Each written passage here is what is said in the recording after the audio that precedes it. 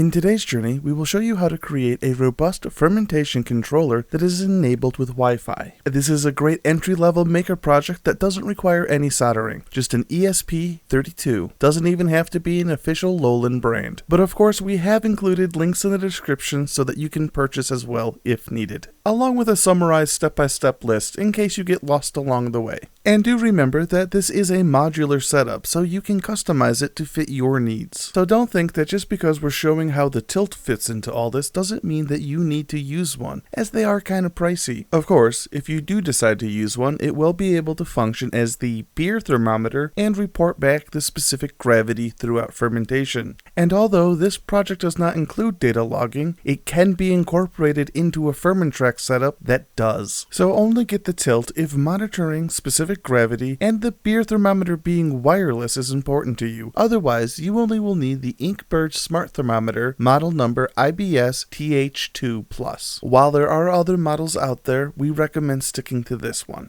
Not only because this is the one that we have, but it's also the one that we have that's working. And since it's Bluetooth, the only thing that you need to actually do to make this project work is power it on with 2 AAA batteries. However, we do still recommend to set it up in the Inkbird app on your phone. That way, if you have problems later that need to be troubleshooted, you can tell if it's a problem with the probe or if it's a problem with the ESP32. And technically, you don't have to set this up if you don't want to, as if you're going to control the fermentation chamber based off only the beer temperature, you only need the tilt. However, we'd like to have all 3 data points for temperature. We'll get the beer temperature from the tilt, the room temperature from the Inkbird base, and this probe will allow us to get the temperature from inside the chamber. Technically completely not needed, but it is interesting information to have from a data snob like myself. But you know, you do you. Brewing is an art expression, and you should express yourself how you feel necessary. Just like I'm about to express that we have gotten the temperature part taken care of, but now we need a way to control electricity. And conveniently, there's a device for that. For simplicity, we recommend the Casa Smart Plug HS103P2. This is a 15 amp Wi-Fi enabled outlet that doesn't require any hub or special extra equipment. You will want to follow the instructions that come with the device though, as they will show you how to hook it up to your Wi-Fi. For both brevity and the fact that they tend to update the app kind of frequently, we will not be showing that in this video.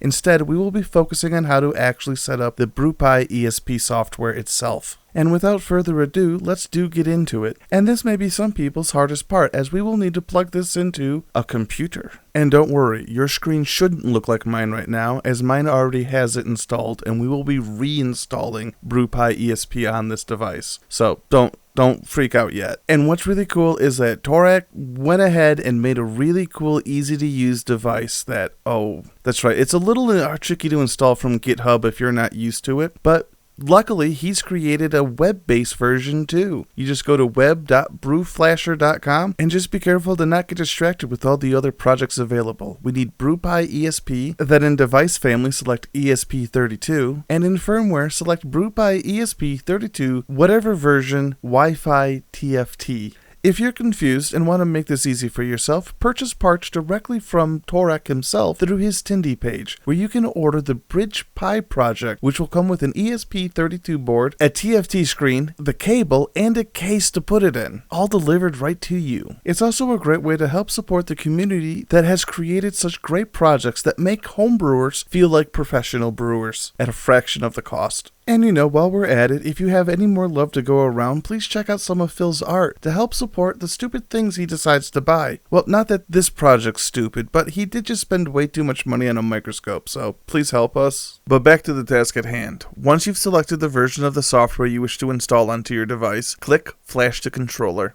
This will open a window that will allow you to pick from a list of USB devices plugged into your computer. If you are unsure if this is the device you want to flash to, unplug your device and plug it back in while the window's open, and it will refresh with the new device. If your device does not show up, then click Cancel. You may need to install extra drivers. That's fancy nerd talk for software that helps computer talk to devices. It's not that tricky, but it's not something we do on a regular basis usually. Most of the time, you will need the CP2102. You, however, may need one of the other ones depending on what exact chip you purchased and from where. When in doubt, start at the top and work your way down and install them all if needed. However, do keep in mind that you do this at your own peril. as downloading suspicious software from anywhere on the internet always carries an inherent risk. We'll run through just installing the top one. Click the link, go to Downloads, then select the version for the OS you have, whether it's Windows for PC or OS X for Macs. However, we are part of the PC master race, so we'll only be doing the PC. What you'll need to do is extract the file that you've downloaded so that you can run the installer, which is actually just a Windows batch file called update param. You click run, of course read all the warnings so that you know when, and OBS can't actually record system error messages. It's asking me if I would like to make updates to the registry. Normally, say no to that question, but today I'll be saying yes. And if you want to finish with this project, you will be too, but of course at your own risk. But that's just for legal reasons. It should be fine. We're running it. And if you are too, you can go back to the internet browser and click try again. It should show up as USB serial.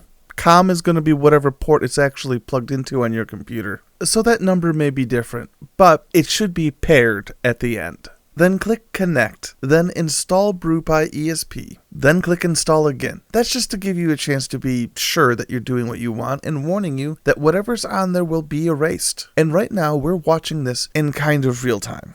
By that I mean I've sped up reality for a moment so that we can get through the installing process. It's gonna take about 2 minutes. I went ahead and put on a on-screen timer so that you can see how much real time has passed. And yeah, no joke, it's actually about 2 minutes. Once the installation is complete, what we need to do next is connect it to Wi-Fi. And to do that, we're going to connect our phone to its Wi-Fi that it's broadcasting right now. And as you can see, having the screen on the device makes it extra easy because we can see we need to connect to BrewPi, and the password is BrewPi ESP, all lowercase and one word. Just connect to it as you would any other Wi-Fi router to get access to the internet, and when your phone completely connects, this little message should pop up. There's other things on here for more advanced users to do, but all we want to do is configure Wi-Fi right at the top. Just click that button, and a list of available Wi-Fi networks should pop up. Once you see yours available, click on the SSID and either type in the name, or if you're cool like my phone, or if your phone's cool like mine, it'll just automatically fill in the information. However, I am blurring mine for security purposes. But once you have entered all of your information, click Save, and it will send the credentials to the device.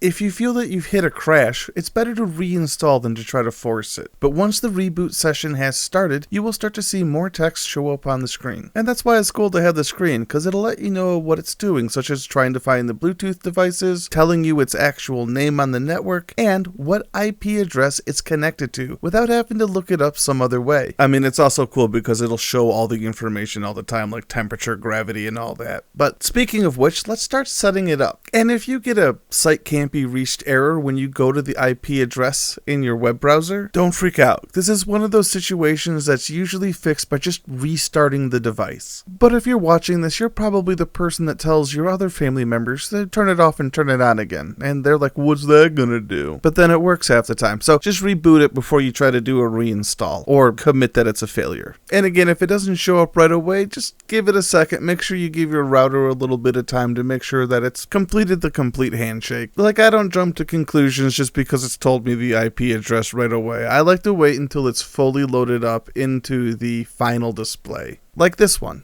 And then once everyone's good and happy in the handshake, we're able to get to the dashboard. And from here, you would normally see all your sensor data, but we haven't set them up yet. So click on Set Up Sensors, and we'll start with setting up the tilt hydrometer. Now, technically, you could have it measure any of the temperatures, but we'll go with beer temperature. Then click Update, and then boom, there's your information right there on the screen. Don't worry, if you're into freedom units, you can switch it over to Fahrenheit. And if your smart plugs aren't showing up, click Refresh Devices and hopefully they'll show up. Click Assign. On the drop down, you have a choice of heating or cooling, whether it's a heater or a cooler. Select which it is and click Update. You won't see a change on the screen for this. However, there should be less warnings at the top of the screen on the user interface. But technically, one temperature probe and a smart plug is all you need to set this up to work. However, we can do better. So let's hit Refresh Devices and add that Inkbird temperature probes to our device. And it's just as easy as adding everything else. We're just going to hit Assign. Just make sure that when you're clicking on Assign, you've looked at whether you've selected the internal or external probe because you wouldn't want to switch those around and then have your fridge running constantly. That could over chill or freeze your beer if you're using a freezer. So make sure that you're probing the right probe for the data you need. When in doubt, put the external probe into either a hot glass of water or cold glass of water, and then look at the display. The room temperature probe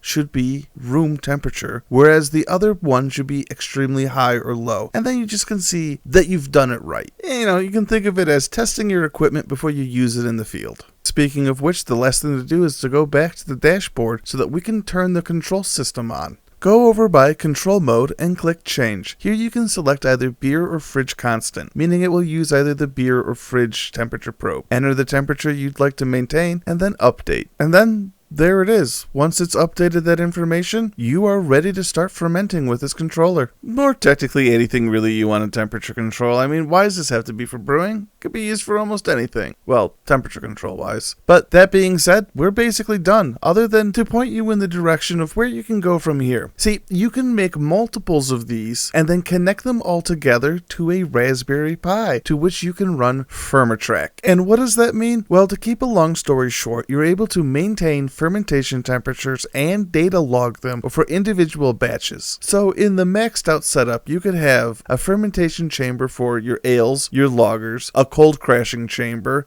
and then your kegerator that's maintained through this too if you wanted. Just remember that as projects get more complicated, they get more complicated. So, pick what fits right for you. And then from there, you go. And from here, you can go watch some of our other videos. Or like I said, check out the links in the description. There's a lot of products that can help you make this go easy or make it expandable into what you need it to be. And if you have any questions, let us know down in the comment section. And until next time, happy brewing.